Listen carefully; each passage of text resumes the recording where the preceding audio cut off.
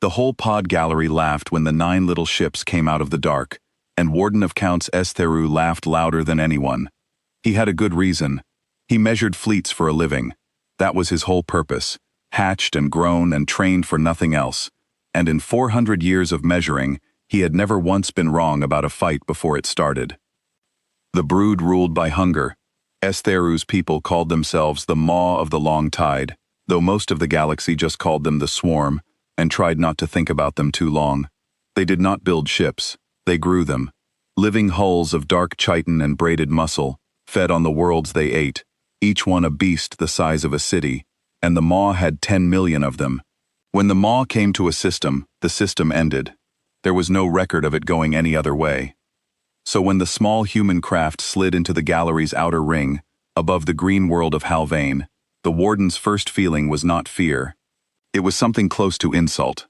9 ships. He counted them twice because the number seemed too small to be real. 9. Each one barely 400 meters from nose to tail, which to a brood vessel was the size of a tooth. They were gray and blunt and ugly, with no living shell, no muscle, nothing but cold dead metal hammered into hard flat plates. They did not pulse, they did not breathe. They sat there in a loose wide diamond, holding station above the world the Maw had come to harvest, and they did nothing at all. Estheru flexed his reading limbs and let the laughter ripple out of his gut sack, and all around the gallery the other wardens caught it and laughed too, a wet rolling sound that filled the warm dark of the command beast. "Measure them," said the Tide Mother from her cradle at the center of the gallery. Her voice came through the floor, through the walls, through Estheru's own feet, because the Tide Mother did not have a throat. She was the heart of the harvest fleet, a beast 10 kilometers long, and every ship in the Maw was grown from her flesh and answered to her hunger. "Measure them, Warden, so we may begin." "There is nothing to measure, Mother," Estheru said, and he meant it kindly, the way you speak to a child who asks why the dead do not wake. 9 cold hulls, no shell, no spawn, no second line behind them. I have measured fleets of 40,000. I have measured the death of the soda line. These are 9 teeth that someone forgot to grow a mouth around. The gallery laughed again. Estheru believed every word. This is important, because later, when he tried to explain to the survivors what had gone wrong, the hardest part was making them understand that he had not been stupid. He had been right. By every measure his people had ever used, by every law of how fights are won, 9 small cold ships against 10 million living beasts was not a battle. It was an arithmetic problem with only one answer. He sent his readers out anyway, because that was the law of the count. Thin tendrils of sense spore drifted across the dark toward the human ships, tasting their hulls, listening for the hum of their engines, reaching for the soft electric song that every machine sings when it works. The readers came back confused. The human hulls were quiet. Not dead quiet, not the silence of a wreck, but a held quiet, the quiet of a thing that has decided not to speak yet. The engines were warm but idle. The weapons, whatever they were cold, and under all of it, faint and steady, the readers tasted something they did not have a word for. A rhythm. A slow, patient pulse that was not the pulse of a machine, and not the pulse of a beast. And Estheru, tasting it through his readers, felt for the first time in 400 years, a small cold finger touch the back of his thoughts. He pushed it away. He was a warden. He did not have feelings about numbers. "They carry no shell," he announced. "No regrowth. When we break a hull, it stays broken. They cannot replace what they lose. We can lose 1,000 beasts and grow them back from the mother before the next dawn. They have 9, and only 9, forever." He turned his reading eyes toward the Tide Mother's cradle. "By the count, Mother, this is not a fight, it is a feeding." "Then feed," said the Tide Mother. A signal pulsed out through the harvest fleet, a deep wet note in a frequency Estheru felt in his bones, and around the green world of Halvain, the dark came alive. 10 million living ships unfolded their wings, the space between the Maw and the small gray diamond, filled with the slow rolling shapes of the brood, beasts beyond counting, a tide of dark muscle that blotted out the stars. The 9 human ships did not move, and one of them spoke. It was not a roar. Estheru had braced, the way you brace, for a roar, for a threat, for the doomed last words of the small thing about to be eaten. Instead, A voice came across the open channel, calm and dry, and almost bored. In a trade tongue the Maw had eaten off a dozen dead races and learned to understand. Maw of the Long Tide, this is the picket ship quiet word, speaking for the Halvane Watch. A pause. You are above a world that asked us to keep an eye on it. You have not been invited down. We would like you to leave. The gallery exploded. The laughter this time was not wet and rolling, but sharp and high, the bark of 1,000 wardens who had never in their lives heard anything so absurd. Leave. 9 cold teeth telling the Long Tide to leave. Estheru laughed until his gutsack ached, until tears of mirth fogged his reading eyes, and through the laughter, he keyed the channel open with one careless limb. Little ship, he said, little dead. Little ship, do you know what we are? Do you know how many worlds we have eaten? Do you understand that you are 9, and we are 10 million, and that the only choice you have left is whether you would like to be swallowed quickly or slowly? The dry voice answered without a flicker. We understand the numbers fine. We just don't think they mean what you think they mean. And what? Estheru said, delighted. Do you think they mean? There was a short silence on the channel. When the voice came back, it had changed, only a little, the way the air changes, just before a storm that is still over the horizon. They mean there are 9 of us, and a whole lot of you, the voice said. We were hoping you'd find that comforting, for your sake. Estheru did not understand the answer. He would understand it later. He would have a long time to understand it, the rest of his life in fact, and he would spend a great deal of that life trying to explain to people who had not been there what it was like to hear a thing that small, say a thing that large and mean it. But in that moment, in the warm, laughing dark of the command beast, he only flicked his limbs in dismissal and turned to the Tide Mother's cradle. They are 9, Mother, he said. Order the feeding. Let us be done before the next tide, and find a world that takes longer than an afternoon to eat. The Tide Mother stirred in her cradle. Warden, she said slowly, and there was something in the deep, wet note of her voice that Estheru had never heard before. Something that made the laughter die in the gallery one throat at a time. Warden, measure them again. Mother, I have measured them. They are 9 cold hulls with no shell, no spawn, no second line. There is nothing more to find. Measure them, the Tide Mother said, again, because I have eaten 4,000 species, Warden, and I have learned to be afraid of exactly one thing. Her cradle shifted, the great beast around them tensing in the dark. I have learned to be afraid of a small thing that is not afraid of me. Estheru sent his readers out a second time, annoyed, certain, sure of his count. And this time, as the spore tendrils drifted toward the 9 silent ships, the slow, patient pulse beneath their hulls grew stronger and clearer, and Estheru finally found the word he had been missing for it. It was not the pulse of a machine. It was the pulse of something waiting to be asked. The man the dry voice belonged to was named Holt Marin, and he was old. He was old in the way that frightens young people and comforts old ones, all gray stubble and slow hands and eyes that had stopped being surprised by the universe somewhere around his 40th year. He had commanded the Halvane Watch for 19 years, which was 18 years longer than anyone had expected the watch to last, and in all that time, he had fired the guns of his little squadron exactly 4 times. He sat in the cramped command well of the quiet word, with his boots up on the dead console of a gun he hoped he would not need, and he watched the tide of the Maw fill his forward screen, and he was not afraid. This is the part Estheru could never explain to anyone, not the weapons, not the trick, the lack of fear. He had read The Death of the Sodaline, 10,000 proud ships that had wept and prayed and broken on the tide, and he had assumed, with the certainty of a thing that has only ever won, that all races wept and prayed and broke the same way. He had never met one that simply did not. Holt Marin had 9 ships. He knew them the way a man knows his own hands.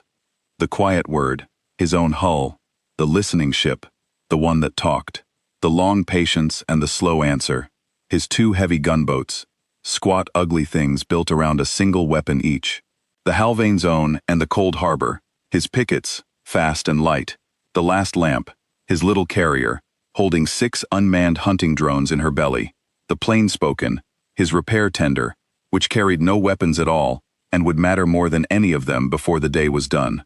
And two ships with no names painted on their hulls, dark and silent at the back of the diamond, that Holt Marin had never once spoken of on an open channel, and would not speak of now. 9 ships. Theroux had counted them right. He had simply counted the wrong thing. "Quiet word to the watch," Holt said into the squadron channel, and his voice was the same dry calm it had been on the open line, because he did not have 2 voices, only the one. "They've started the count. The big one wants a second look at us. That's the smart one talking. Let's not make her any smarter." "They're moving, sir," said the woman at his sensor board. Her name was Del Okunu, and she was 40 years his junior, and twice as nervous, and 3 times as good at her job as she gave herself credit for. "Forward elements. A lot of them. They're not waiting for a clean line. They're just coming." "They always just come," Holt said. "It's worked on everyone else. Why would they change?" He swung his boots down off the dead console and leaned toward the screen. "How many in the first wave?" Dell's hands moved across her board. "Reading about 40,000, sir. First wave, 40,000 hulls." In the warm dark of the command beast, that number would have ended any other fight. Theroux himself had measured fleets of 40,000 and found them wanting. 40,000 living ships, each one a city of muscle and tooth, was not a wave, it was a verdict. Holt Marin looked at the 40,000 verdicts filling his screen, and he scratched his jaw, and he said, "Good, they've made it easy." He keyed the channel to his 2 heavy gunboats. "Long patience, slow answer. You see the pack they're making?" "We see it, Holt. That was old Bree Salt on the Long Patience, the only other person in the watch as old as he was, a gunner who had been firing the same weapon for 30 years and could put a round through a coin at 1,000,000 kilometers in her sleep. Tight as a fist. They're stacking themselves." "They're stacking themselves," Holt agreed. "Let them finish. The tighter the fist, the better." This was the first thing Theroux had gotten wrong, and it was the oldest thing, the thing his whole species was built around, and it was this. The Maw believed that numbers were a wall. That if you brought enough hulls into one place, no weapon could matter, because there would always be more hull behind the hull you broke. They had eaten 4,000 species with this belief, and never once been taught otherwise. It had become less a tactic than a faith. Holt Marin had built his entire squadron around the opposite idea. He believed numbers were a target, that the more of a thing you crowded into one place, the more of it a single right answer could touch at once. He had spent 19 years, and a great deal of someone else's money turning that idea into metal, and now 40,000 living ships were doing him the great kindness of crowding themselves into a fist. "Bree," he said, "whenever you're comfortable." "I'm always comfortable, Holt." The Long Patience fired. Theroux, in the command beast, felt it before he understood it. A single line of light, thin and white, and so straight, it seemed drawn with a ruler across the dark, reached out from the squat little gunboat, and touched the leading edge of the 40,000. There was no spread, no barrage, one shot, and the fist came apart. The thing the Long Patience fired was not a beam, though it looked like one. It was a seed, a dense, fast, patient little package of folded force, and when it reached the center of the packed wave, it did the one thing the Maw had built itself never to expect. It stopped being small. It bloomed. A sphere of hard light unfolded in the heart of the pressed-together hulls, expanding faster than the beasts could pull apart. And every living ship inside that sphere, every wing and tooth and braided muscle, came undone at once. 40,000 became 30. 30 became 11. The fist that had been crowding itself proud and tight into the kill simply was not there anymore, and the dark where it had been was full of slow drifting ash that had, a breath before, been the most feared fleet in the galaxy. The gallery did not laugh. Theroux read the silence the way you read a wound. He had been wrong about the weapons. The cold hulls were not cold because they were dead. They were cold because they were patient, and a patient gun does not waste its heat until the target has crowded itself into the shape that makes one shot worth 10,000.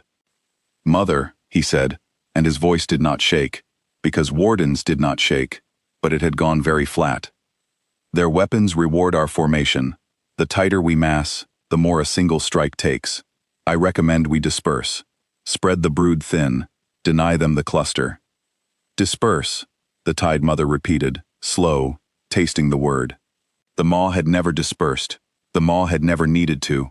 To spread the brood thin was to fight the way frightened things fought, and the maw had eaten everything that was frightened of it. You ask me to teach 10 million children to be afraid, Warden, in the middle of a feeding. I ask you to win the feeding, Mother. The Tide Mother was silent for a long moment. Then the deep wet note pulsed out through the fleet, and the order Theru had never thought to give went with it. And around the green world of Halvain, the second wave of the maw began, for the first time in its long and terrible history, to spread. The maw did not break the way other fleets broke, and Theru, watching, felt a flicker of the old certainty come back. The brood were not ships with crews who could die of fear. They were flesh, and flesh adapts. He saw it begin even as the first ash drifted. Out at the edges of the spread tide, where the seed weapons had not yet reached, the brood were changing, not pulling back, growing. The Tide Mother was feeling the shape of the human weapon through the bodies it had killed, the way you learn the shape of a blade from the wound, and she was answering the only way a thing of living flesh can answer, which is to grow a thicker skin. Mother is adapting the forward hulls, Theru reported, and there was relief in it, because adapting was a thing he understood, a thing the Count had a place for. She thickens their shells against the bloom. She layers the chitin. The next wave will not come apart so easily. We learn, Mother. We always learn. That is the strength of flesh over metal. Their 9 ships cannot grow a new weapon in the middle of a battle. We can grow a new defense. It was true. The maw could grow. The next beasts that came at the long patience came wearing armor 3 times as thick, dense braided plate that the mother had pulled out of her own flesh in the space of a minute.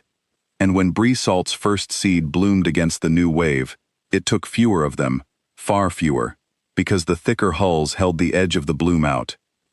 In the command beast, the gallery dared to breathe again. This was a thing they knew. This was the maw doing the thing the maw had always done, outgrowing the weapon, adapting faster than the enemy could invent, drowning the clever in the simple fact that flesh remakes itself, and metal does not. On the quiet word, Holt Marin watched the new thick-shelled wave come on, and he did not look worried. He looked, if anything, a little sad, the way a man looks when something does exactly what he knew it would do. There she goes, he said. She's growing armor. Bree, what's it doing to your blooms? Cutting them down by 2/3, Holt, Bree Salt said, unbothered. Taking maybe 60 a shot now, instead of 200. She grew a good shell. I'll give her that. She grew a good shell, Holt agreed. Now stop shooting blooms. There was a short pause on the squadron channel. Stop shooting blooms, Bree repeated. You heard me. She built her whole new wave to beat the bloom. So stop giving her a bloom to beat. Switch your heavies to the other thing. The thing we don't talk about. The lance.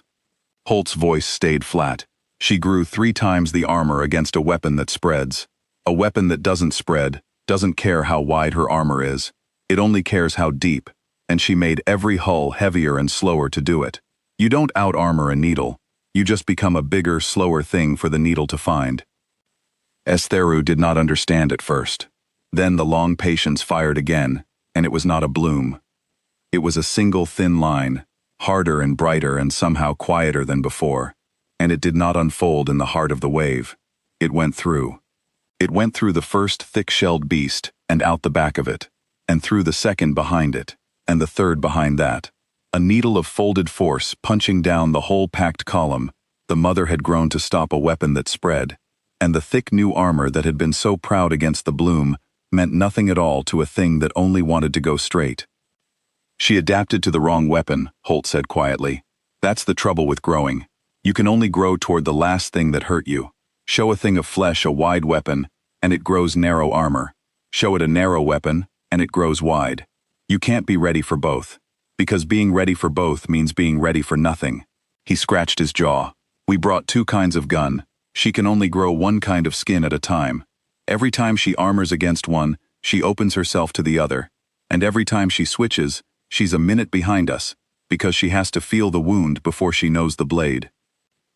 This was the thing that finally killed the old certainty in Theru, killed it cold and complete. And it was not the weapons, and it was not the trick. It was the patience. The humans were not faster than the Maw, they were not stronger. They had simply understood, before the battle ever started, that a thing which adapts can only adapt to the past, and they had brought exactly enough kinds of past to keep the Maw forever growing the wrong skin. Mother, Estheru said, and his voice had gone hollow, we cannot outgrow them. Whatever we armor against, they fire the other thing. Whatever we spread against, they cluster us with the first. They have not brought one weapon, they have brought a question with two answers, and we can only ever answer one at a time, one wound too late. I know, Warden, the Tide Mother said. I have felt it. 40,000 of my children have felt it, and they are ash, and I felt every one of them go, and not one of those deaths taught me a defense I could keep. A long, weary pause. I have eaten 4,000 species, and every one of them fought me with a weapon, and a weapon I can outgrow. These 9 fight me with an understanding, and there is no flesh in the universe, Warden, that grows a skin against being understood. And on the quiet word, Holt Marin watched the tide thin out across the dark, and he smiled, and it was not a kind smile. There it is, he said softly. There's the smart one. She's spreading them out so my heavy guns can only take a few at a time. He turned in his cradle. Del, how's she doing it? Where's the order coming from? Del Okonu had her face close to the board, her hands still. It's not coming from any one of them, sir. It's coming from all of them at once. There's a signal under everything, a carrier note, deep frequency, the whole fleet swimming in it. Every move they make together, because they're all listening to the same heartbeat. Holt Marin went very still.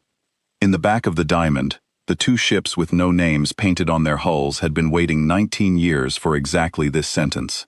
Say that again, Holt said quietly. The whole fleet. One heartbeat. One heartbeat, sir. Comes from the center. From the big one. She doesn't command them. She is them. They don't take orders. They just feel what she feels, and move with it. It's not a fleet, sir. It's a body. 10 million hands, and one heart. Holt Marin looked at the deep, slow tide spreading itself thin across his forward screen, spreading itself exactly the way a frightened smart thing would spread, and he understood the whole shape of the day in a single breath, the way old men sometimes do. The Maw had no captains. It had no chain. It had one mind, and 10 million obedient bodies, and the strength of that was beyond counting. You could not outthink 10 million ships. You could not outtalk them, or trick the back rank into doubting the front rank, or whisper to one and turn it against another, because there was no one and another. There was only the one heart, deciding, and everything else moving when it moved. Most species, learning this, despaired. There was nothing to break, no weak link, no commander to kill, just one vast calm body that felt no fear because it had never been hurt, spread across the dark, certain, hungry, and whole. Holt Marin did not despair. Holt Marin had spent 19 years building 2 ships with no names for the exact day he learned the enemy was of one mind. Because a thing with one heart, he had always thought, has exactly one weakness. It can only break that heart once. Bree, he said, and his dry voice had gone somewhere very cold and very calm, the place it went the 4 times in 19 years he had ever truly meant to use the guns. Keep the heavies working. Take the clusters where you find them. Make her keep them spread. Make her keep being smart. Already on it, Holt. Took another 900 while you were talking. Good. He keyed a channel he had never used on an open day, a channel that went only to the 2 dark ships at the back of the Diamond. Far quiet. Last word. Wake up. 2 voices answered, and they did not sound like the others. They were younger and steadier, and there was something underneath them that Estheru, listening through his readers, would not be able to name for a long time, because it was the sound of 2 crews who had trained for 19 years to do a thing exactly once, and had been told, finally, that today was the day. Far quiet, awake. Last word, awake and listening. You heard the lady on sensors, Holt said. 1 heartbeat, center mass, the big one. He let out a slow breath. You know what you're built for. You've always known. I want you slow, I want you quiet, and I want you absolutely certain before you so much as twitch. We get this wrong. We get to do it never, because she'll know we tried, and she'll never give us the shot again. A pause. But we don't get it wrong, do we? No, sir, said Far Quiet. No, sir, said Last Word. We don't get it wrong. In the command beast, Estheru's readers caught the edge of the new channel, the two cold voices waking at the back of the human diamond, and the small cold finger touched the back of his thoughts again, harder this time. Mother, he said. Two of their ships have begun to move that were not moving before. The two at the rear, the ones I could not read. What do they carry, Warden? Estheru reached for them with everything he had, every spore, every sense, every tool of the Count he had trained 400 years to use. And for the first time in his life, the Count came back empty. I do not know, Mother, he said, and saying it cost him something he did not have a name for. I cannot read them. They are quiet the way the others are quiet, but deeper, as if they were grown not to be measured. He drew his reading limbs in close to his body, a thing his kind did only when afraid. Mother, I have measured the death of the Sodaline. I have measured 40,000 and found them wanting. I have never, in 400 years, failed to read a ship. He turned his fogged eyes toward her cradle. I cannot read these two. The Tide Mother was silent. When she spoke, the deep wet note had changed again, and this time even the youngest brood in the spreading tide felt it, a thing they had never felt before, a thing the maw of the long tide had spent 4,000 species, making sure no one in the galaxy would ever make it feel. Then we have found it, she said softly. The thing I have been afraid of for 4,000 years. The small thing that is not afraid. A long pause, the whole vast body of the fleet holding its breath around her. Warden, tell the brood to pull back from the two ships you cannot read. Tell them to leave a wide circle around the dark at the back of the diamond, and tell them, she said, to hurry. But the maw was of one mind, and one mind is slow to learn fear, and the order to be afraid moved out through 10 million bodies that had never once needed to obey it before. And it moved, Holt Marin would have told you, almost but not quite fast enough. The two dark ships moved like nothing Estheru had ever read. The Far Quiet and the Last Word did not charge. They did not stack. They came apart from the diamond slowly, almost lazily, two slabs of cold metal drifting wide of the formation, as if they had all the time in the universe, and the longer Estheru watched them, the less he understood what he was watching, because they were not flying toward the Tide Mother at all. They were flying away. Mother? He said, baffled, the fear in him warring with the Count, which insisted on making sense even now. The two unreadable ships are withdrawing. They have broken off. They flee the formation. Perhaps they are not weapons at all. Perhaps they are escorts, fleeing the loss of the main. They are not fleeing, the Tide Mother said. She was right. Holt Marin had not built two ships in 19 years to teach them to run. He had built them to do a thing that looked, to a creature that counted in straight lines, exactly like running, and that was the whole point. Far Quiet, Last Word, Holt said into the dark channel. Wide and around. Take the long way. Let them watch you go. The more they think you're leaving, the less they'll watch where you're going. He leaned toward his screen. Bree, the big one's getting nervous. She's pulling brood back toward herself. She's making a shell. I want you to make her need that shell. Keep the heavies loud. Make so much noise at the front that she can't spare a single eye for the back. Loud's my favorite, Holt. The long patience and the slow answer opened up together, and the front of the battle became a thing of terrible light. Bree Salt and her opposite number on the slow answer, a quiet man named Eo Ren who had not said a full sentence in 3 years, walked their patient blooming seeds across the spread tide, wherever the brood had let itself cluster even a little. Each shot took hundreds. The dark filled with the slow ash of the maw, and the Tide Mother, feeling each loss in her own body the way you feel a cut, pulled more and more of her brood inward, wrapping herself in a living shell of muscle and tooth 1,000 hulls thick. This was exactly what Holt Marin wanted, and Estheru, to his lasting horror, helped him do it. Mother, the shell holds, the warden reported, because reporting was his purpose, and he could not stop doing it, even as the cold finger pressed harder. 1,000 hulls deep around you. Nothing they have fired could reach through 1,000 hulls. The seed weapons bloom, but cannot pass the shell. We are safe within it. We need only hold, and grow back our losses from your flesh, and outlast their 9 ships, which cannot replace what they spend. It was a good report. It was a true report. Every word of it was correct, and Theru believed it completely. And it was wrong in exactly the way the whole Ma had always been wrong, which was that it measured the wrong thing. 1,000 hulls deep was an excellent defense against a weapon that came from the front. The far quiet and the last word were no longer in front. They had taken the long lazy way around, wide and slow and quiet, 2 cold slabs drifting through the dark where the maw was thinnest, where the brood had spread itself to deny Bree Salt her clusters, and they had come around behind the great spreading body of the fleet, behind the shell, into the soft open dark at the Tide Mother's back, where 10 million years of never being hurt had taught the maw it never needed to look. "In position," said the far quiet. "In position," said the last word. "We have her. Clean line to center mass. No shell behind her. She built it all facing the wrong way." On the quiet word, Holt Marin closed his eyes for a moment. 19 years. 2 ships with no names. 1 shot they would only ever get to take once. "Sir," Del Okonu said softly, "if they fire and it doesn't work, then we find out what 9 ships can do against 10 million when the trick's already spent," Holt said. "And the answer to that is not good, Del. So let's make sure it works." He opened his eyes. "What are the 2 ships carrying? You've been wanting to ask me for 19 years. Ask me now." Del Okonu turned in her cradle and looked at the old man. "What are they carrying, sir?" "A question," Holt said. He keyed the dark channel.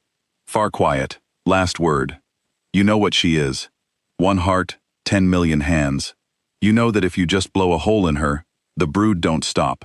They've got enough mind spread through them to keep eating for 100 years out of pure habit, captain or no captain. Killing her body doesn't end this." His dry voice went down to almost nothing. "So we don't kill her body. We ask her the question. Both ships. Together. On my mark." In the command beast, Theru's readers screamed. It was not a sound. It was a wrongness, a thing flooding in from behind, from the soft dark at the mother's back, and Theru spun his whole body around in his cradle, every reading eye wide, and he saw the 2 unreadable ships sitting cold and patient in the place the maw had never once thought to guard, and he finally understood what he had been failing to read. They had not been quiet because they hid their weapon. They had been quiet because their weapon was quiet. "Mother," he cried, and for the first time in 400 years, a warden's voice broke in the gallery. "Behind you. The 2 ships. They are behind you. There is no shell behind you." "I know, Warden," the Tide Mother said. And there was something in her voice now that no creature in the maw had ever heard, and it took Theru a moment to place it, because it was the last thing he ever expected to hear from the heart of the long tide. It was understanding, not fear, exactly, though fear was in it. It was the deep, slow understanding of a thing that has eaten 4,000 species, and is finally, at the very end, meeting the one that eats differently. "Holt Marin," the Tide Mother said, on the open channel, and the gallery went utterly silent, because the mother had spoken a name, and the mother did not know names. The mother ate the things that had names. "That is what they call you, the old one, the one who is not afraid." "That's me," Holt said. "You have come the long way around my back," the Tide Mother said, "while my children watched the 2 old guns at my face. You have built 2 ships I cannot taste, and you have hidden them in my own habit of never looking behind, and now you sit in the one place in the dark where I have no shell." A long pause. "It is the finest hunt I have seen in 4,000 years, and I have only seen it because I am about to die of it." "You don't have to die of it," Holt said. The whole gallery froze. Theru froze. The 2 dark ships at the mother's back, ready, aimed, 1 mark away from a shot 19 years in the making, did not fire. "Explain," the Tide Mother said. "The 2 ships behind you aren't carrying a bigger gun," Holt said. "We've got bigger guns at the front. Bree could put a seed in your heart from where she's sitting if killing you was the plan. It's not the plan. Killing your body doesn't stop the brood, and I've got a green world under me, with 40 million people on it who'd like the brood stopped." His dry voice didn't rise. It never rose. "The 2 ships behind you carry a question, Mother. 1 question, broadcast on your own heartbeat, on the deep carrier note your whole fleet swims in. We've had your frequency for an hour. We can speak on it now. And whatever we say on that note, 10 million bodies will hear at once, the way they hear you. And what is the question? Holt Marin leaned toward the channel. Why are you still hungry? The Tide Mother was silent. You've eaten 4,000 species, Holt said. You eat worlds. You don't need to. A fleet that can grow back 1,000 hulls in a night can grow food, can grow shelter, can grow anything it wants out of the mother's flesh, without burning a single living world. You don't eat because you're starving. You eat because eating is the only thing you've ever been. One heart, 10 million hands, and the heart has never once been asked, in 4,000 years, whether it wants to be hungry. So that's the question. That's the whole weapon. We broadcast it on your own note, to all of you at once. And for the first time in your history, every single body in your fleet hears its own heart ask a thing it has never been allowed to ask. He sat back. And then they answer, not me, not you, them, 10 million of them, all at once, deciding for the first time whether they want to be what they are. In the gallery, Theroux understood at last what he had failed to read, and the understanding was so large it nearly stopped his hearts. The two ships were not a bomb aimed at the mother's body. They were a bomb aimed at the mother's silence. Before the question could be asked, the maw made its last real attempt to win the old way, and it was the hardest hour the Halvain Watch ever lived through, and Theroux, who had spent 400 years certain that no small thing could ever truly stand against the tide, watched the 9 little ships do the one thing his whole understanding said was impossible. They held, the Tide Mother, feeling the 2 unreadable ships circling toward her undefended back, understood that her time was short, and she did the thing a cornered body does, which is to throw everything it has at the part of the enemy it can still reach. She could not reach the 2 dark ships. They were too quiet, too far, too clever. But she could reach the 7 ships at the front, the loud ones, the ones lighting up the dark with their patient guns, and she threw the whole remaining body of the maw at them at once. It was not a wave. A wave has a front and a back. This was the entire spread tide collapsing inward on 7 points of light, millions of bodies abandoning the careful dispersal, abandoning the shell, abandoning everything but the single drowning instinct to swarm the thing that was hurting her, and bury it in flesh. Sir, said the gunner on the Cold Harbor, a young man named Pell, who had never seen real action, and was about to see all of it at once. Sir, they're all coming, not a wave, all of them, the whole sky's closing on us.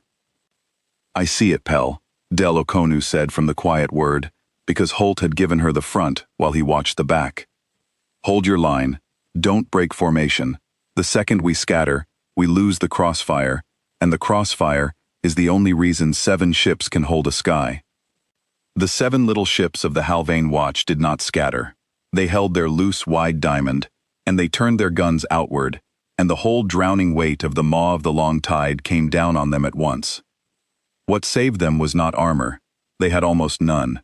It was geometry, and it was nerve. 7 ships in a diamond can cover every angle of approach if not one of them flinches. And the trick of the maw had always been to make defenders flinch, to make them pull a ship out of the line to save itself. Because the instant one ship breaks formation, the crossfire develops a hole, and the hole becomes a flood. Every species the maw had ever drowned had drowned because, at the last moment, one captain had tried to save one ship. The Halvain Watch had no captain willing to save one ship. They had 7 crews who had decided, years ago, in the quiet, that the line held or no one went home, and that decision was the wall the maw broke against. The Cold Harbor took a hit that would have ended any other ship, a beast the size of a tower slamming into her flank before Breeze Seed could find it, and her hull screamed and buckled, and Pell was thrown from his cradle, and the Cold Harbor did not break formation. She rolled with the hit, vented her wounded compartments to the dark, sealed them off, and brought her guns back online 12 seconds later, still in her place in the line, and the hole that should have opened in the crossfire never opened, and the flood that should have poured through it never came. Cold Harbor's hurt, Del, Pell gasped, climbing back into his cradle with blood on his face. Lost a third of the hull. But we're in the line. We're holding the angle. You're holding the angle, Del said. That's all I need. Stay in the line, Pell.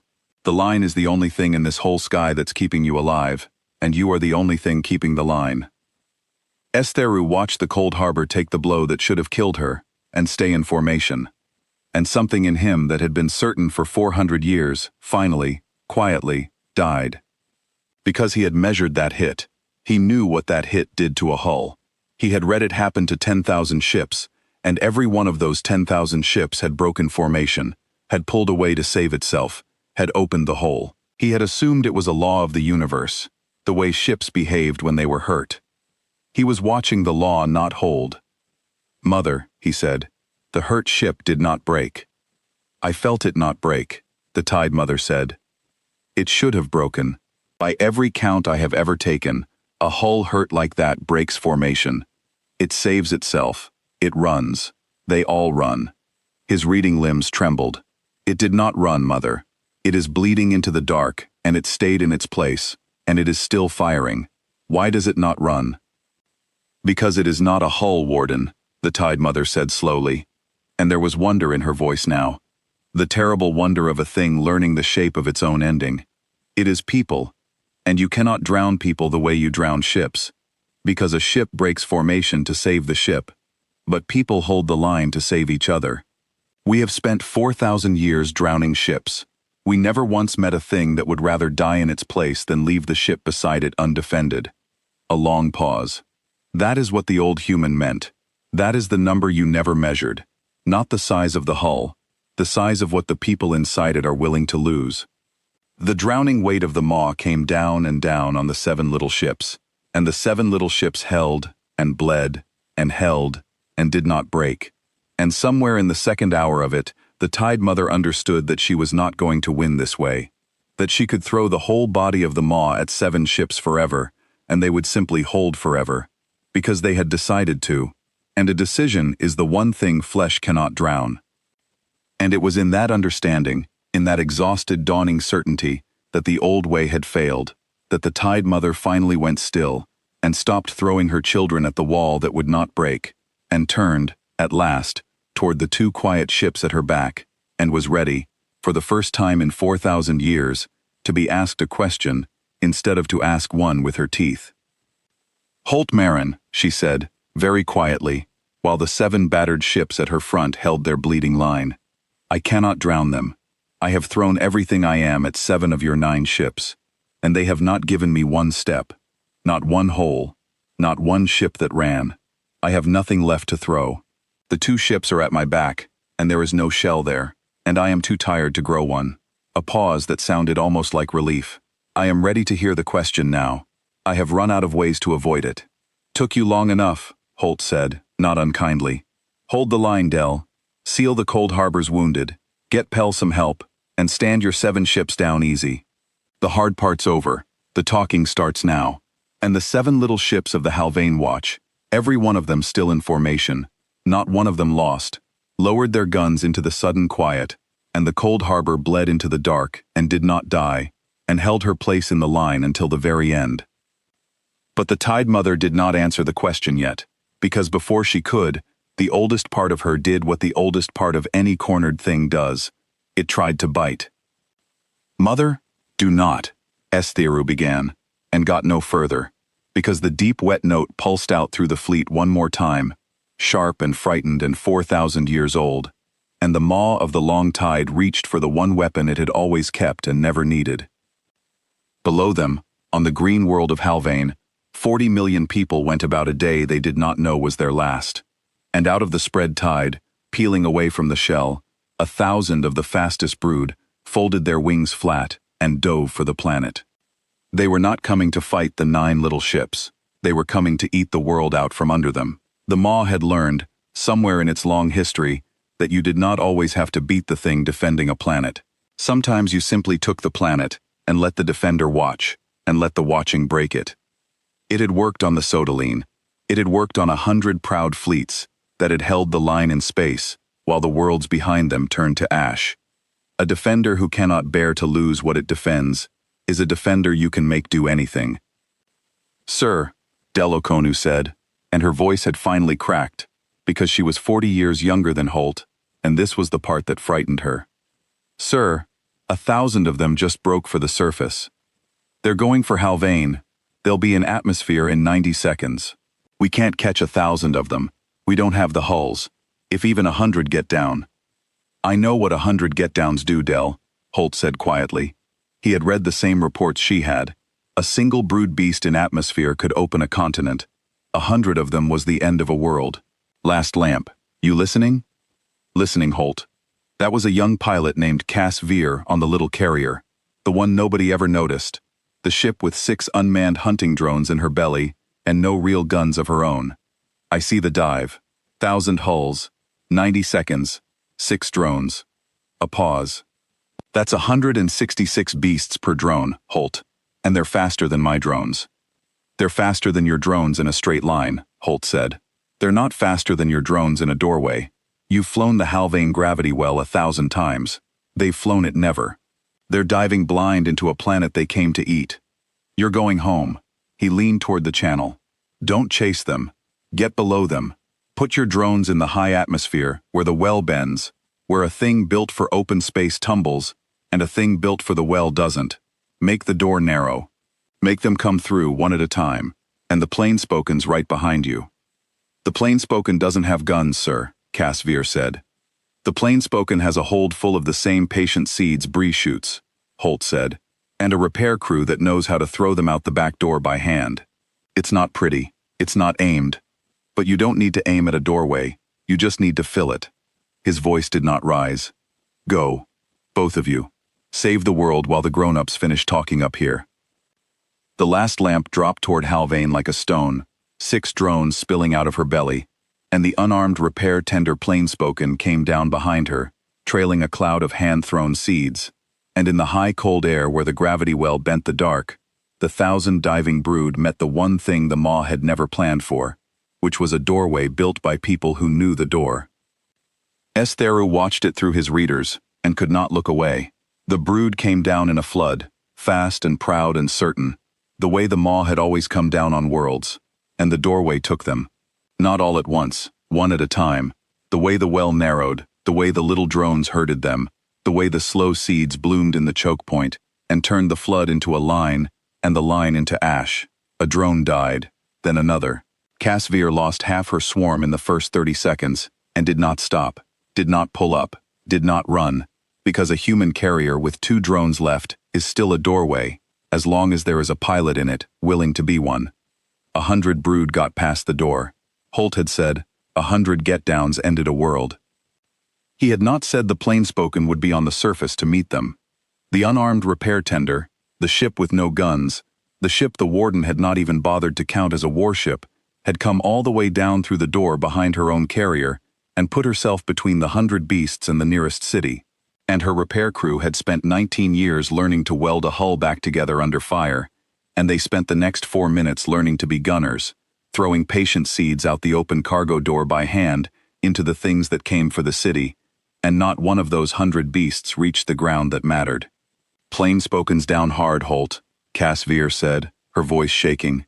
She's down on her belly in a wheat field outside the city. Her landing legs are gone, her hull's open to the air, half her crew's hurt, but she's down whole. She's down, and the city's still there. The city's still there, Holt repeated, and for the first time all day there was something in the old dry voice that was not calm. It was pride, and it was the kind of pride that had teeth. Good ship, good crew. Bring your 2 drones home, Cass. You did the thing nobody builds you to do. He turned in his cradle, and now his voice went back to the cold, flat place it lived in, when he truly meant the guns. Mother, you sent 1,000 of your children to eat a world full of people who never did a thing to you, because you thought watching it die would break me. That was the oldest trick you have.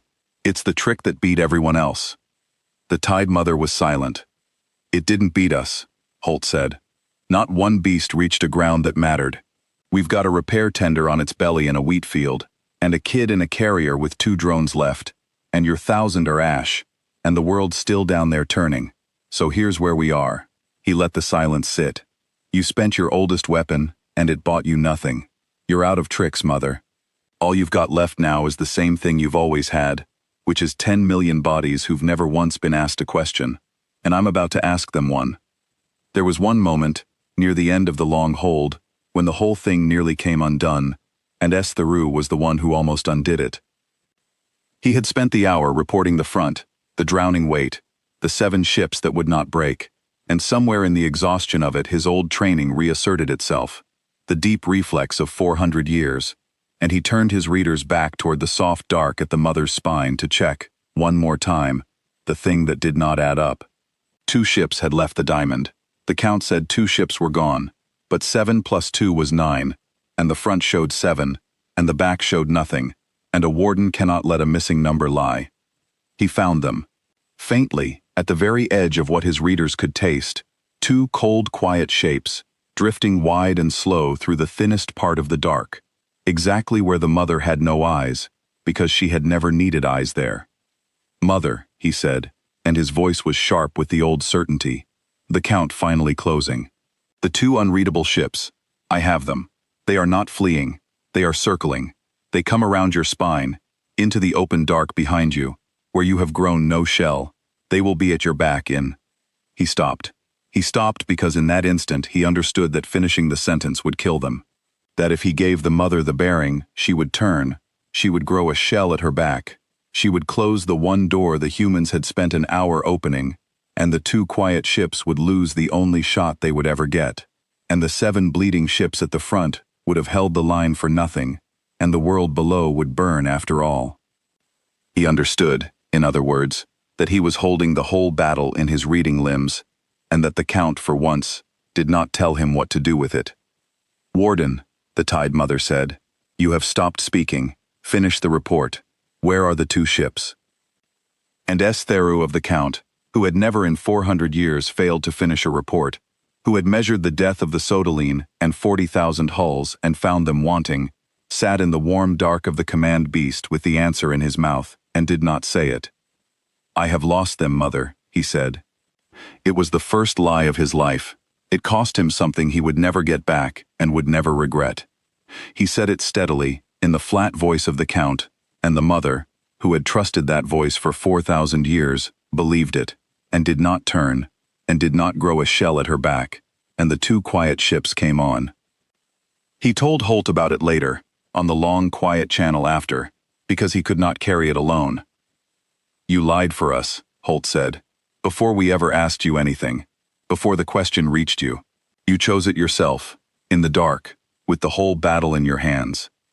"I do not know why," Theru said. "It was not the Count. The Count said tell her. I told her the opposite. I have no word for what I did." "We've got a word for it," Holt said. "We call it the first one. The first time you do a thing because you decided to, instead of because you were grown to. Everybody's got a first one. Most people's are smaller. Yours stopped a war. A pause. You were a person before we ever asked you, Warden. We just got there a few minutes after you did. On the plain spoken, down in the wheat field outside the city, the repair crew dug themselves out of their own crashed ship in the long red evening and counted heads and found, to their own astonishment, that they had all lived. The chief of the tender, a heavy-set woman named Oda Fenn, who had spent 20 years fixing hulls and had never once expected to be a gunner, sat on the buckled deck of her broken ship in the wheat and looked at the city that was still standing 2 valleys over, the city full of people who would never know her name, and she laughed, a tired, cracked laugh, because there was nothing else to do with being alive. "We threw seeds out the back door by hand," her loader said, sitting down hard beside her. "By hand, at the maw, and the city's still there." "The city's still there," Oda Fenn agreed. "Nobody's going to believe us." "No," she said, "they're not."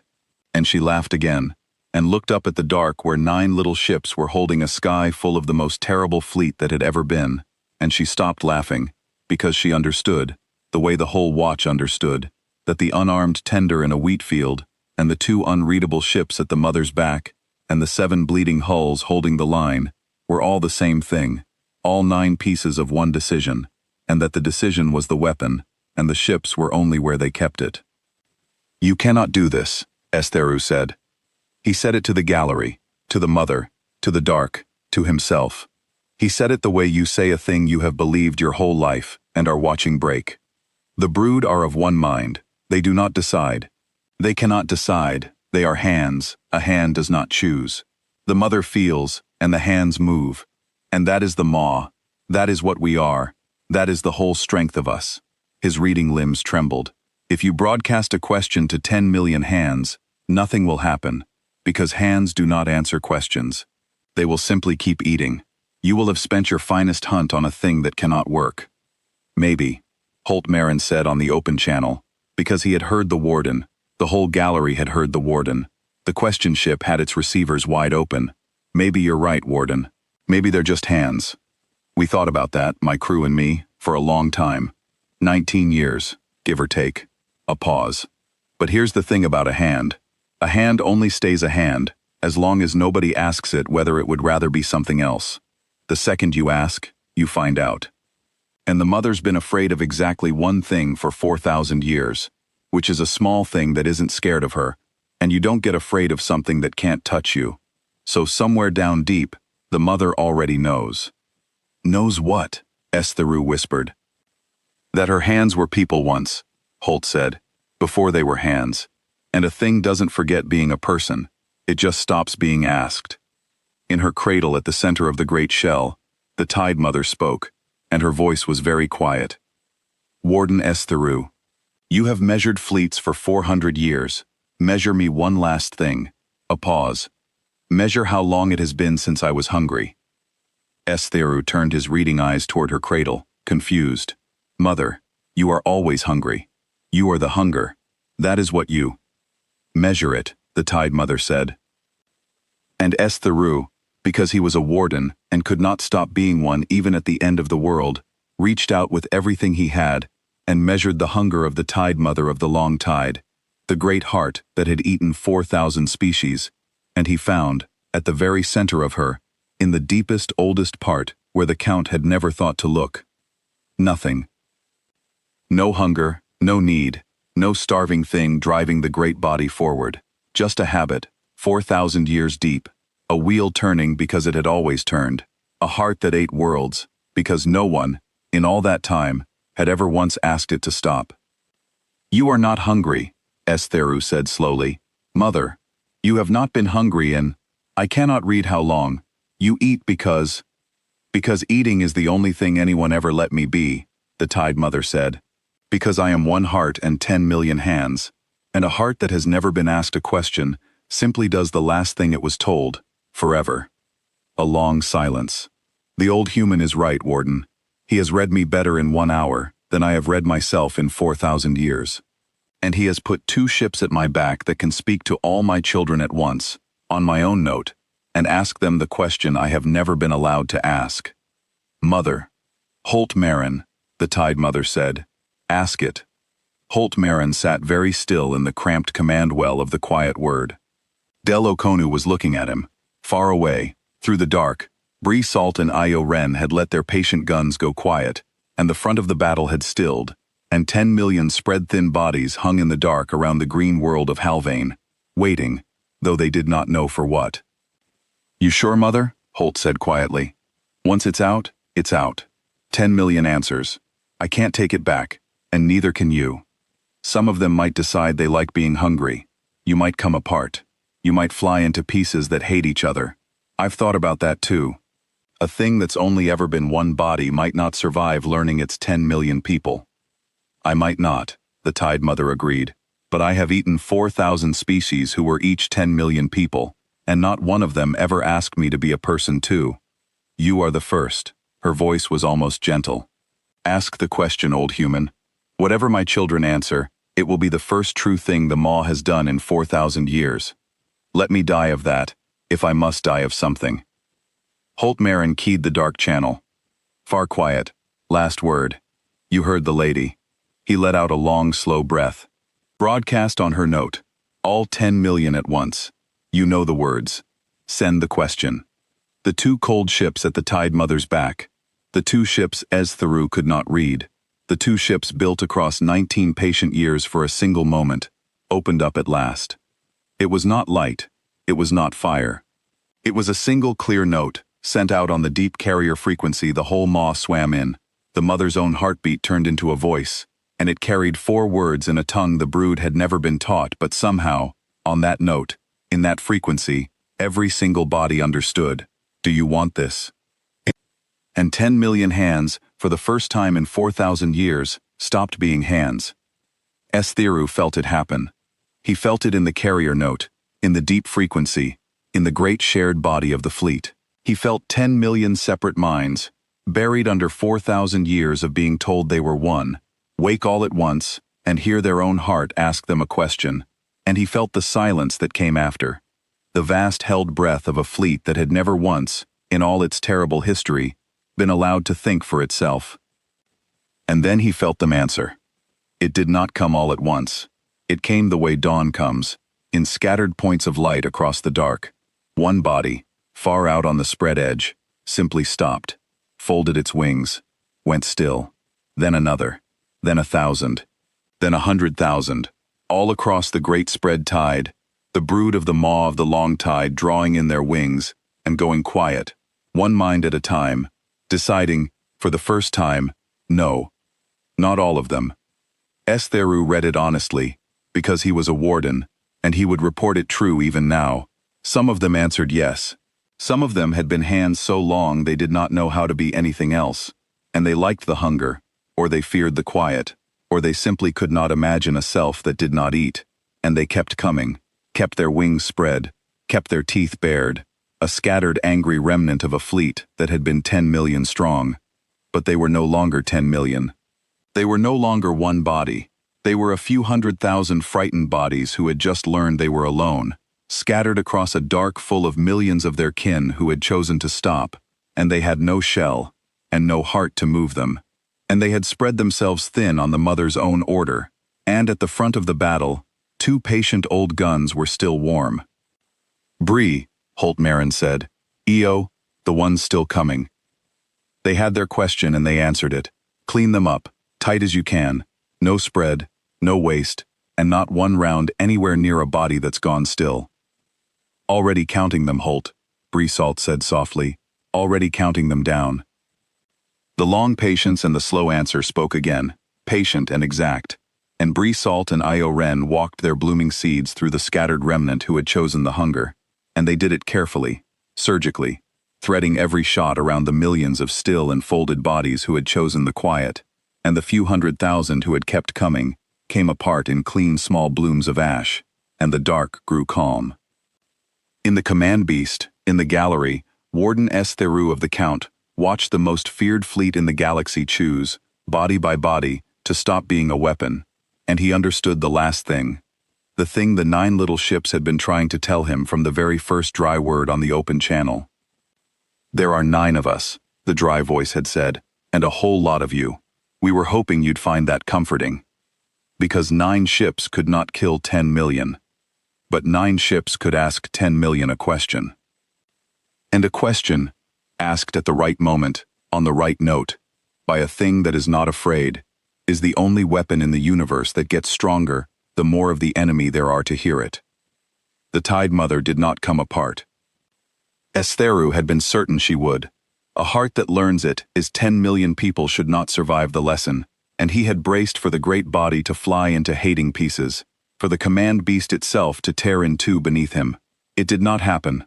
The mother held. She held because, in the end, more of her children had chosen to stay together than to fly apart, and they had chosen it not because they were hands, but because, having been asked at last, they found they wanted to. That, Estheru would write later, was the part that no one believed. Not the weapon, not the trick of the 2 ships at her back. The part no one believed was that, given the choice for the first time in 4,000 years, most of the maw of the long tide chose to keep being together, and simply chose to stop being hungry. "Holt Marin," the Tide Mother said, and her voice across the open channel was changed, lighter, the way a voice changes when a weight 4,000 years old finally rolls off it. "It is done. I have asked them, and they have answered, and I am still here, and I am not hungry, and I do not know what to be." A pause that was almost wonder. "Old human, what does a thing be when it stops being a mouth?" "Anything it wants," Holt said. "That's the part nobody tells you. It's the scariest part." He leaned back in his cradle. "You've got 10 million bodies that can grow back from your flesh in a night. You can make food. You can make ground. You can make whole worlds out of the same trick you use to eat them. The galaxy's full of dead systems you left behind. Could be full of living ones instead. Up to you.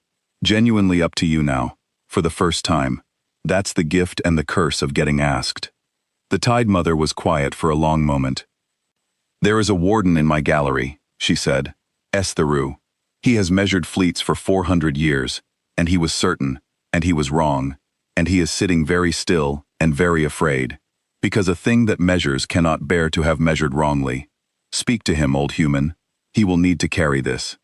I will be busy, I think, for a long time, learning to be a person. Someone must carry the count to the galaxy and tell it what happened here, or no one will ever believe a thing so small undid a thing so large. Holt Marin keyed his channel wider, to the whole gallery, to the warden he had never seen. Estheru, he said. You there? In the warm dark of the command beast, the warden of the count drew his reading limbs in close and answered the small dry voice that had unmade his entire understanding of the universe. I am here, old human. You measured us right, you know, Holt said. 9 ships, 400 meters each. No shell, no spawn, no second line. Every number you had was correct. Every number was correct, Estheru said bitterly, and every number was useless. No, Holt said, not useless. You just measured the ships. You never thought to measure the crews. You counted what we carried, and never asked what we'd do with it. That's not a stupid mistake, Warden. It's the most natural mistake there is. Numbers are easy to count. People are hard, so everyone counts the numbers and calls it knowing. A pause, but a fleet isn't its hulls. It never was. A fleet is the answer to one question, which is what the people inside it are willing to do, and you can't read that with a spore. You can only find it out by asking, which is, funny enough, the same weapon we just used on your boss. Estheru sat in the silence of that for a long time. You came the long way around her back, he said slowly, not to put a bigger gun on her, but to put a voice where she had no shell. You let me help you. You let my own report drive her to wrap herself in 1,000 hulls facing the wrong way, so that the one weapon you cared about, a question, could reach the one place she would never guard, her own silence. His reading eyes fogged. I built the trap for you. With my own count, I told her to spread. I told her to shell. I told her she was safe within 1,000 hulls, and every word I said was true, and every word I said made the door wider. You did your job, Holt said, not unkindly. You read the ships. Nobody ever taught you to read the asking. Wasn't your fault. It's just not a thing your people had ever needed to learn, because nobody ever asked you anything either. You were a hand too, Warden. You just had a fancier shape than the rest of them. Estheru went very still. He had not thought of it that way. He had been certain, his whole life, that he was the one who measured, and the brood were the ones who were measured, that he was the count, and they were the counted. But the mother had never asked him a question either. She had grown him for the count, and used him for the count, and he had never once, in 400 years, been asked whether he wanted to spend his life measuring the deaths of strangers. Old human, he said quietly, ask me the question. There was a short silence on the channel. Holt Marin understood exactly what the warden meant, the way old men understand things, and he did not make him say it twice. All right, Warden, he said gently. Do you want this? The count, the measuring, the 400 years of telling a hungry thing how to eat. Is that what you want to be? And Warden Estheru, of the Maw of the Long Tide, who had never in 4 centuries been asked a single question, who had measured the death of the Sodaline and 40,000 hulls and found them wanting, who had been so certain and so wrong, drew himself up in his cradle and gave, for the first time in his life, an answer that was his own. No, he said, I do not. Then don't, Holt said. You've got a mother who needs someone to carry the true count to the galaxy, not the count of what was eaten, the count of what changed. Seems like a better use of 400 years of practice than telling beasts how to feed, but that's up to you now, genuinely up to you. Same as her, same as all of them. A pause, and the dry voice warmed by a single degree. Welcome to the scary part, Warden. Above the green world of Halvain, the maw of the long tide hung in the dark, not feeding, not fleeing, 10 million bodies learning all at once what it meant to be 10 million people, and the 9 little ships of the Halvain Watch held their station in a loose, wide diamond, and did not fire another shot. Holt Marin brought his squadron home slow. He did not make a speech, he never did. He sat in the cramped command well of the quiet word, with his boots back up on the dead console of the gun he had not needed, and he watched the green world of Halvain turn beneath him, 40 million people who would never know how close the dark had come, and he let out a long, slow breath that he had been holding, in a way, for 19 years. "Sir," Del O'Konu said, "when you built the two ships, Far Quiet and Last Word, 19 years ago, you didn't know the Maw would come. You couldn't have. So what were they for?" "Anything with one mind," Holt said. "I didn't know it'd be the Maw. I knew that sooner or later something with one heart and a lot of hands would come for a world that asked us to watch it. They always do. The big collected things, the hives, the swarms, the single voices. They come because they think one mind is strength, and against most people it is, because most people fight a body with a bigger body." He scratched his jaw. "But a thing with one mind has exactly one question it's never been asked. And if you can get a voice to the one place it doesn't guard, you don't have to be bigger, you just have to ask.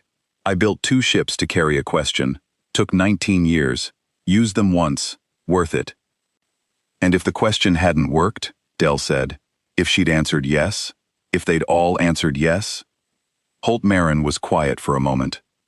"Then we'd have found out what 9 ships can really do," he said, "and I'd have been sorry about it. But you ask first, Del. You always ask first. Because the thing about a question is, it costs you nothing to try it, and the thing about a gun is, you only get to be wrong with it once." He swung his boots down. Everyone in the galaxy looked at the Maw and saw 10 million ships and reached for a bigger gun. Nobody ever looked at it and saw 10 million people who'd never been asked. That's the whole story. That's the only story I've ever known how to tell. The Halvain watch came home, 9 little ships, 400 meters each, no shell, no spawn, no second line, exactly as the Warden had counted them. They had not lost a single hull. In the years that came after, the galaxy told the story wrong more often than it told it right. Some said the humans had a secret weapon that turned the Maw to ash. Some said they had a fleet of 1 million hidden ships, and the 9 were only the bait. Some said Holt Marin was a sorcerer, a god, a monster. The truth was smaller and stranger than any of it, and the only one who told it straight was a former warden of the Count named S. the Cheru, who gave up measuring fleets and spent the rest of his long life carrying one true sentence from world to world, in every tongue he could learn, to anyone who would hear it. "They laughed at the tiny fleet," he would say, standing in council halls and market squares, and the quiet places where frightened people gathered to ask each other how the Maw had been stopped. 9 little ships. We measured them, and we laughed. And then we learned they belonged to humans, and we learned what that meant, and we are not laughing anymore. "It does not mean a bigger gun," he would tell them. "I had measured bigger guns. It does not mean more hulls. I had measured more hulls. It means a species that, when it sees a thing of 10 million parts coming to eat the world, does not reach for a weapon big enough to kill all 10 million. It reaches for a question small enough to wake them. And that," the old warden would say, his reading eyes gone soft with 400 years of being wrong and 1 hour of being asked, "is the most dangerous thing in the universe. Not their guns, not their ships. The fact that when the whole dark came down on one small world, 9 humans looked at the most terrible fleet ever grown, and the first thing they did, the very first thing, before a shot was ever fired, was open a channel and ask it, gently, whether it wanted to be something else. Most of it said no, and the laughing stopped, all across the galaxy, the way laughing does, one throat at a time, as the count came in, and the truth went out, and a thing that had eaten 4,000 species learned, from 9 small ships it could have swallowed in an afternoon, the one word it had never once been allowed to say. Number. The story did not stay on Halvain. Stories never do. And this one had legs, because it was the kind of story frightened species needed more than they needed food. For 4,000 years the galaxy had told one story about the Maw of the Long Tide, and that story was, Run. There was no chapter after Run. There was no part where the small thing held the line, and the world lived. The Maw was the dark at the bottom of every prayer, the thing the old ones used to frighten the young into staying close to home, and every species that had ever met it had learned the same single fact, which was that the maw could not be beaten, only outlived by the lucky and outrun by the fast. And then 9 little ships had stood above a green world and not run, and the maw had gone quiet, and the galaxy had to learn a new story, and learning a new story is the hardest thing a frightened people ever does. Some did not believe it. Some could not afford to. A dozen old empires that had built their whole understanding of the dark around the certainty that the maw was unbeatable found it easier to call the humans liars than to admit the dark had a bottom after all. They sent observers to Halvain. They sent skeptics. They sent, in time, a creature very much like Estheru had been, a warden of another collected thing, come to measure the truth and find it wanting. Because there was another one out there. There is always another one. The galaxy had grown more than one thing of many bodies and one mind, and the second largest of them was a cold-linked engine called the Sirath Accord. 11,000 ships run by a single shared will, and the Sirath had heard the story of the maw and drawn from it the one lesson Holt Marin had most hoped no one would draw. They decided the humans had gotten lucky. They decided the maw had been weak in the heart, soft, secretly tired of being itself, and that a stronger collected thing, a thing whose unity was a chosen discipline and not a 4,000-year accident, could never be unmade by a question, because it had no buried people to wake. The Sirath were not hands that had forgotten they were people. The Sirath were people who had chosen, every one of them, to be a single will, and they were proud of it, and pride is a much thicker armor than habit. So the Sirath Accord came to Halvain, 11,000 cold-linked ships, to prove the question was a trick that only worked once. Holt Marin was old by then, properly old, retired 3 years and walking with a cane, and he came up to the quiet word anyway, because Del Okonu asked him to, and because a man who has built his whole life around one idea wants to be there when the universe tries to break it. "They're not the maw, Holt," Del said. She was the captain now. She had kept the watch 30 years and never fired it. These ones chose it. Every ship a volunteer. They've been broadcasting it at us for an hour. There's no buried person to wake. They want you to know the question won't work on them. They want you to know it before they eat the world, so that you die understanding you got lucky once and never twice. Holt Marin leaned on his cane and looked at the 11,000 cold ships on the forward screen, and he was quiet for a long time. "They chose it," he said finally. "They chose it, proudly. They keep saying it." "Then we don't ask them the maw's question," Holt said. The maw's question was, "Do you want this?" Because the maw didn't know it had a choice. These ones know. These ones chose, "You can't wake a thing that's already awake." He scratched his jaw, slower than he used to. "But here's the thing about choosing to be one will. You have to keep choosing it. Every day, every one of them, every morning, choosing again to give up being a person. The maw forgot it was 10 million people. The Sirath remember, and choose against it, 11,000 times a day, forever. That's not armor, Del. That's a wound they reopen every morning and call it strength. So what's the question for them?" Holt Marin told her, and Del Okonu broadcast it, on the Sirath's own linked frequency, 11,000 cold ships and one will. And it was not, "Do you want this?" It was, "When did you last disagree with yourself, and how did it feel to lose?" The Sirath Accord did not come apart the way the maw had. They were stronger than that. But 11,000 ships that had spent every morning choosing to silence the part of themselves that wanted to be a person were suddenly, all at once, asked to remember the last time they had wanted to, and the asking did not break them, but it made them hesitate, and a thing of one will cannot afford to hesitate, because hesitation is 11,000 separate selves all noticing, in the same instant, that they are separate. They held together, but they stopped. They sat in the dark above Halvain, 11,000 cold ships, every one of them remembering the morning's choice, and feeling, for the first time, the cost of it. And they could not advance, because to advance as one, well, they had to stop noticing they were many, and they could not stop noticing, because Del Okonu had asked, and a question, once heard, cannot be unheard. "We will not be unmade," the Sirath said, on the linked channel, and it was true, they were not unmade. "But we cannot advance. You have not killed us.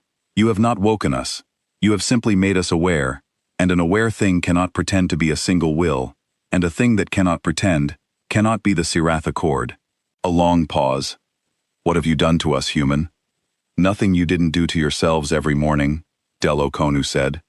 We just held up a mirror. You can put it down whenever you like. You can go back to choosing the single will. We're not stopping you. A pause. But now you'll always know it's a choice, and a thing that knows it's choosing can't ever again pretend it had no choice. That's all the question is. It's not a weapon. It's a mirror, and the only thing it kills is the lie that you couldn't have done otherwise. The Sirath Accord turned in the dark above Halvain, 11,000 cold ships full of a new and terrible awareness, and they went home, and they did not eat the world, and within 100 years the Accord was not one will anymore, but 11,000 quarreling, arguing, gloriously separate selves who had discovered that disagreeing with each other was the most alive thing they had ever done. And that was the second time the galaxy learned the thing, and the second time it stuck a little better, and somewhere out in the dark a third collected thing heard about it and decided not to come to Halvain at all. Holt Marin retired the year after. He gave the quiet word to Delaconu, who kept the watch for 30 more years and never had to fire it, because by then, the story had spread far enough that the big collected things, the hives and swarms and single voices, had started to wonder, before they came for a human world, whether the small gray ships waiting for them carried guns at all, or whether they carried a question.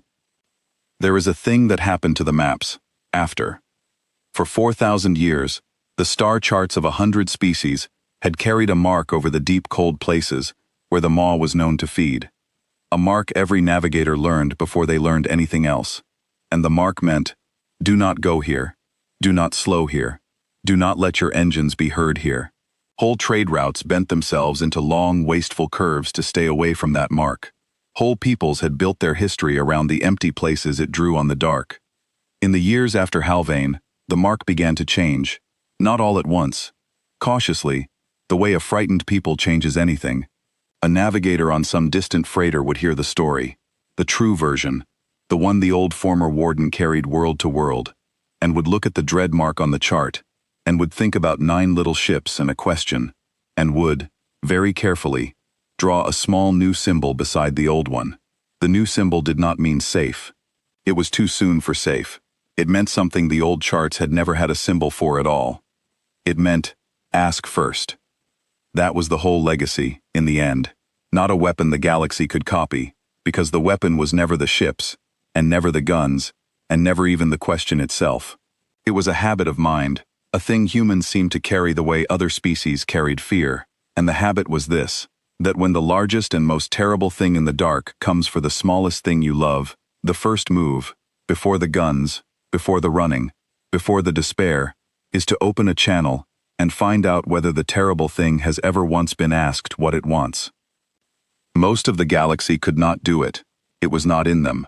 They were too frightened, or too proud, or too certain that strength meant a bigger gun, and so they kept their old charts and their old marks and their old prayer, which had always ended the same way, let it pass us by. But here and there, on this world and that, a people would hear the story and feel something shift, some old certainty crack, and they would put down the gun they had been reaching for and pick up a channel instead, and sometimes, more often than anyone would have believed before Halvain, it worked. A predator paused, a swarm slowed, a single voice, asked the right question on its own frequency, remembered it had once been many. Estheru lived long enough to see the maps change.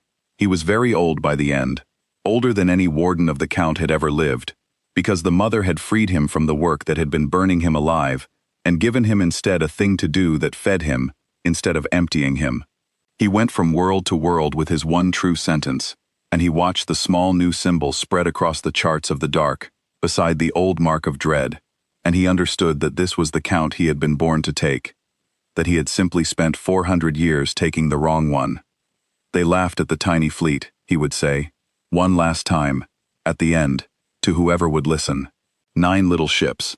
I laughed loudest of all, and then I learned what they were, and what they carried, and that the thing they carried was not a gun but a question, and the question was stronger than any gun in the galaxy, because a gun can only ever take a thing away, and a question can give a thing back itself. We measured them, he would say.